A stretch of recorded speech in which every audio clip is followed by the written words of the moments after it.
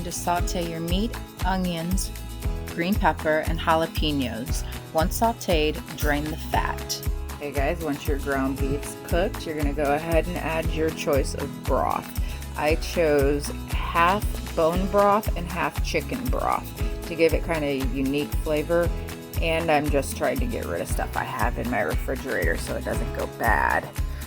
In the bone broth, you can tell I had carrots and onions in it, and that'll be a nice touch in this. The little carrots, I've always loved when I have found carrots in chili. It has been the nicest touch ever.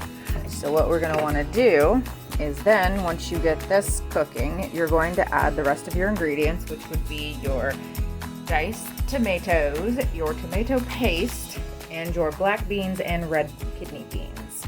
So you're going to go ahead and add everything to the pan, so I'll be right back.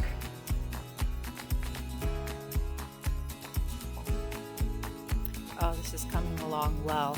So you're going to want to bring your mixture to a boil. Once you have it at a boil, you're now going to turn it down to a nice simmer. You're going to want to simmer this for several hours. The longer you simmer chili, the better it's going to taste.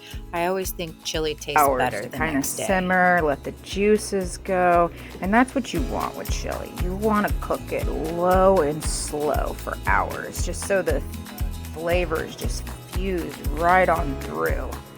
And if you want your chili a little bit hotter, add a little bit more jalapeno and a few red pepper flakes, like maybe a teaspoon of red pepper flakes for this whole pot. You just don't want it to go overboard, you know?